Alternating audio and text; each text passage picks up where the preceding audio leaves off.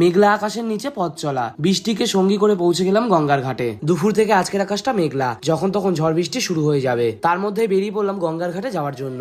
মেঘ, বৃষ্টি আর শান্ত গঙ্গার জল, আজকের দিনটা যেন প্রকৃতির এক অপূর্ব উপহার। বাড়ি থেকে বেরিয়ে কিছু দূর যেতে না যেতেই প্রচুর মুষলধারায় বৃষ্টি নেমে পড়ে। এই বৃষ্টির মধ্যে ভিজতে ভিজতে গিয়ে পৌঁছায় পানিহাটি।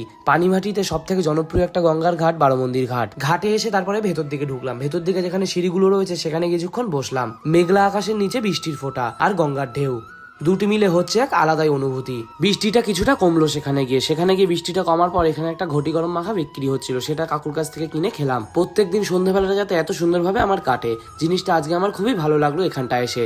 তোমরা যারা আমার এই ভিডিওটা প্রথমবার দেখছো তাদেরকে বলি চ্যানেলটাকে অবশ্যই একটা ফলো করে রাখো আমার প্রত্যেক দিনের এরকম ডেলি ব্লগগুলো দেখার জন্য।